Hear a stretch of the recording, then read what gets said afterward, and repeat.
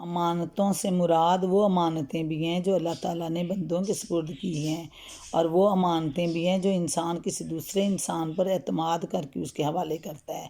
اسی طرح عہد سے مراد وہ عہد بھی ہے جو بندہ اپنے خدا سے کرتا ہے، اور وہ عہد بھی جو بندے ایک دوسرے سے کرتے ہیں۔ ان دونوں قسم کی امانتوں اور دونوں قسم کے عہد و پیمان کا پاس و لحاظ ایک مومن کی سیرت کے لازمی خصائص میں سے ہے۔ حدیث میں حضرت انس رضی اللہ تعالیٰ عنہ کی روایت ہے کہ رسول پاک صلی اللہ علیہ وسلم ہمارے سامنے جو تقریر بھی فرماتے اس میں یہ بات ضرور ارشاد فرماتے، خبردار ہو جس میں امانت نہیں اس کا کوئی ایمان نہیں، اور جو عہد کا پابند نہیں اس کا کوئی دین نہیں۔ بہکی فی شعب الایمان، یعنی نہ شہادت چھپاتے ہیں نہ اس میں کوئی کمی بیشی کرتے ہیں۔ اس سے نماز کی اہمیت کا اندازہ ہوتا ہے کہ جس بلند سیرت و کردار کے لوگ خدا کی جنت کے مستحق قرار دیے گئے ہیں، ان کی صفات کو ذکر نماز ہی سے شروع ہوتا ہے اور اسی پر ختم کیا جاتا ہے۔ ان کی صفات کا ذکر نماز ہی سے شروع ہوتا ہے اور نماز پر ہی ختم کیا گیا ہے۔ نمازی ہونا ان کی پہلی صفت ہے۔ نماز کا ہمیشہ پابند رہنا، اس کی حفاظت کرنا، اور ان کی دوسری صفت اور نماز کی حفاظت کرنا، ان کی آخری صفت نماز کی حفاظت سے بہت سی چیزیں مراد ہیں۔ وقت پر نماز ادا کرنا، نماز سے پہلے یہ اطمینان کر لینا، فَمَا لِلَّذِينَ كَفَرُوا قِبَلَكَ مُهْطِعِينَ عَنِ الْيَمِينِ وَعَنِ الشِّمَالِ عِزِينَ۔ پس اے نبی صلی اللہ علیہ وآلہ وسلم کیا بات ہے، یہ منکرین دائیں اور بائیں سے گروہ در گروہ تمہاری طرف دوڑے چلے آ رہے ہیں۔ اَيَطْمَعُ كُلُّ امْرِئٍ مِّنْهُمْ أَن يُدْخَلَ جَنَّةَ نَعِيمٍ، کیا ان میں سے ہر ایک یہ لالچ رکھتا ہے کہ وہ نعمت بھری جنت میں داخل کر دیا جائے گا؟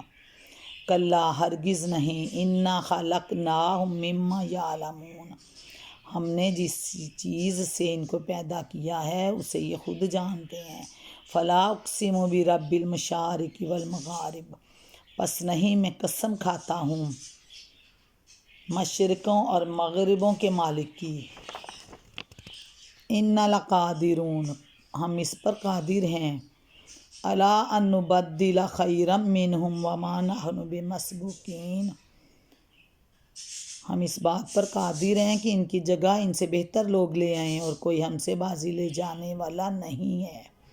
فَذَرْهُمْ يَخُوضُوا وَيَلْعَبُوا حَتَّى يُلَاقُوا يَوْمَهُمُ الَّذِي يُوعَدُونَ یوم یخرجون من الاجداث سراعا کأنہم الی نصب یوفضون خاشعۃ ابصارہم ترہقہم ذلۃ ذلک الیوم الذی کانوا یوعدون۔ لہٰذا انہیں اپنی بیہودہ باتوں اور اپنے کھیل میں پڑا رہنے دو، یہاں تک کہ یہ اپنے اس دن کو پہنچ جائیں جس کا ان سے وعدہ کیا جا رہا ہے، جب یہ اپنی قبروں سے نکل کر اس طرح دوڑے جا رہے ہوں گے جیسے اپنے بتوں کے استہانوں کی طرف دوڑ رہے ہوں۔ ان کی نگاہیں جھکی ہوں گی، ذلت ان پر چھا رہی ہوگی، وہ دن ہے جس کا ان سے وعدہ کیا جا رہا ہے۔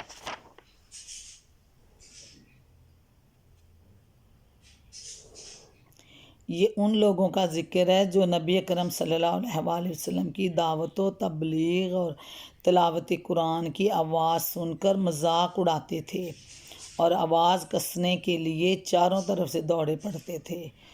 آوازیں کسنے کے لیے گروہ در گروہ آپ کی طرف دوڑے چلے آتے تھے۔ مطلب یہ کہ خدا کی جنت تو ان لوگوں کے لیے جن کی صفات ابھی بیان کی جا رہی ہیں۔ مومنین کی جو صفات بیان کی ہیں، جنت ان کے لیے ہے۔ اب کیا یہ لوگ خود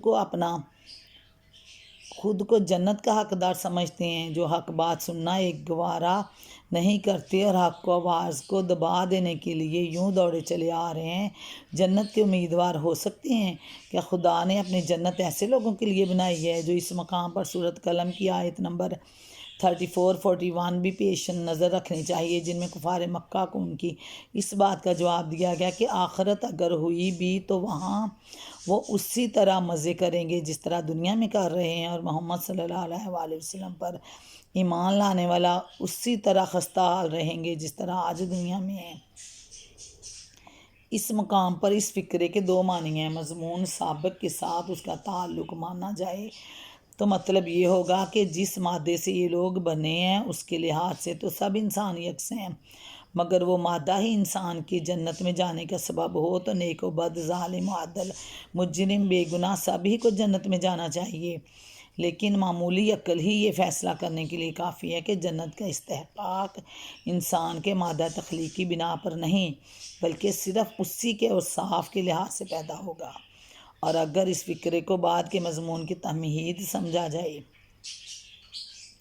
یدخل جنت نعیم کلا انا خلقناہم مما یعلمون، لیکن معمولی عقل ہی سے یہ فیصلہ کرنے کے لیے کافی کہ جنت کا استحقاق انسان کے مادہ تخلیق کی بنا پر نہیں بلکہ صرف اسی کے اوصاف کے لحاظ سے پیدا ہو سکتا ہے۔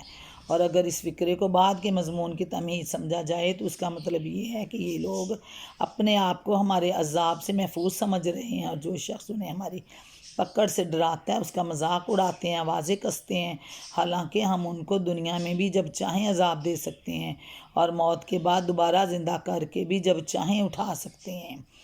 یہ خود جانتے ہیں کہ نطفے کی ایک حقیر سی بوند سے ان کی تخلیق کی ابتدا کر کے ہم نے ان کو چلتا پھرتا انسان بنایا۔ اگر اپنی اس خلقت پر، تخلیق پر یہ غور کرتے تو انہیں کبھی یہ غلط فہمی لاحق نہ ہوتی کہ اب یہ ہماری گرفت سے باہر ہو گئے ہیں یا ہم انہیں دوبارہ پیدا کرنے پر قادر نہیں ہیں۔ یعنی بات وہ نہیں جو انہیں سمجھ رکھی ہے، یہاں اللہ تعالیٰ نے خود اپنی ذات کی قسم کھائی ہے۔ فلا اقسم برب المشارق والمغارب، مشرقوں اور مغربوں کا لفظ اس بنا پر استعمال کیا ہے کہ سال کے دوران میں سورج ہر روز ایک نئے زاویے سے طلوع ہوتا ہے اور نئے زاویے پر غروب ہوتا ہے۔ نیز زمین کے مختلف حصوں پر سورج الگ الگ اوقات میں پے در پہ طلوع اور غروب ہوتا چلا جاتا ہے، یعنی دنیا میں اس زمین پہ ہر لمحہ، ہر منٹ سورج کسی نہ کسی مقام سے طلوع ہو رہا ہے اور کسی نہ کسی دیگر مقام پہ غروب ہو رہا ہے، یعنی اس کے مشرق کے مقامات بدل رہے ہیں اور غروب ہونے کے مقامات بھی بدل رہے ہیں۔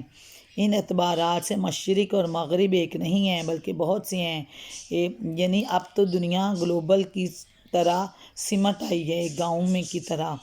پتہ چل چکا ہے کہ ہر منٹ کہیں نہ کہیں فجر کی اذان ہو رہی ہوتی ہے، یعنی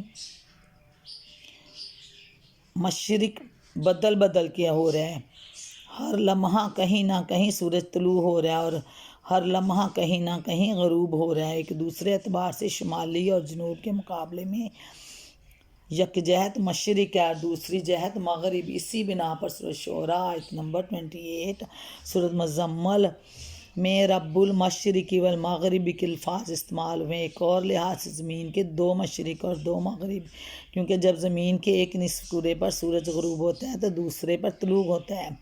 اس بنا پر سورہ رحمٰن آیت نمبر 17 میں رب المشرقین و رب المغربین کے الفاظ استعمال ہوئے ہیں۔ یہ ہے وہ بات جس پر اللہ نے اپنے رب المشارق والمغارب ہونے کی قسم کھائی۔ اس کے معنی ہے کہ ہم چونکہ مشرقوں اور مغربوں کے مالک ہیں، اس لیے پوری زمین ہماری قبضہ قدرت میں ہے اور ہماری گرفت سے بچ نکلنا تمہارے بس میں نہیں۔ ہم جب چاہیں تمہیں ہلاک کر سکتے ہیں اور تمہاری جگہ کسی دوسری قوم کو اٹھا سکتے ہیں جو تم سے بہتر ہو۔ اصل الفاظ میں الا نصبن یوفیزون نصب کے معنی مفسرین کے درمیان اختلاف ہے۔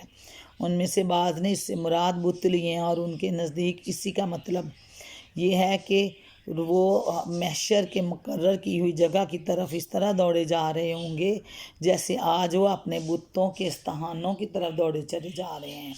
بعض دوسرے مفسرین نے اس سے مراد وہ نشان لیے ہیں جو دوڑ کا مقابلہ کرنے والوں کے لیے لگائے جاتے ہیں، جو اینڈ پوائنٹ ہوتا ہے، تاکہ ہر ایک دوسرے سے پہلے مقرر نشان پر پہنچنے کی کوشش کرے۔ ربنا آتنا فی الدنیا حسنۃ وفی الآخرۃ حسنۃ وقنا عذاب النار۔ یہ تھے کفار کی نشانیاں اور مومنین کی صفات۔ اللہ تعالیٰ ہمیں دنیا و آخرت میں سرخرو کرے۔ امت محمد کو اللہ تعالیٰ جنت کے اعلیٰ مقام عطا کرے، دنیا میں بھی عزت کی زندگی اور آخرت میں بھی عزت سرخرو کرے۔ اللہ حافظ۔ السلام علیکم ورحمۃ اللہ وبرکاتہ۔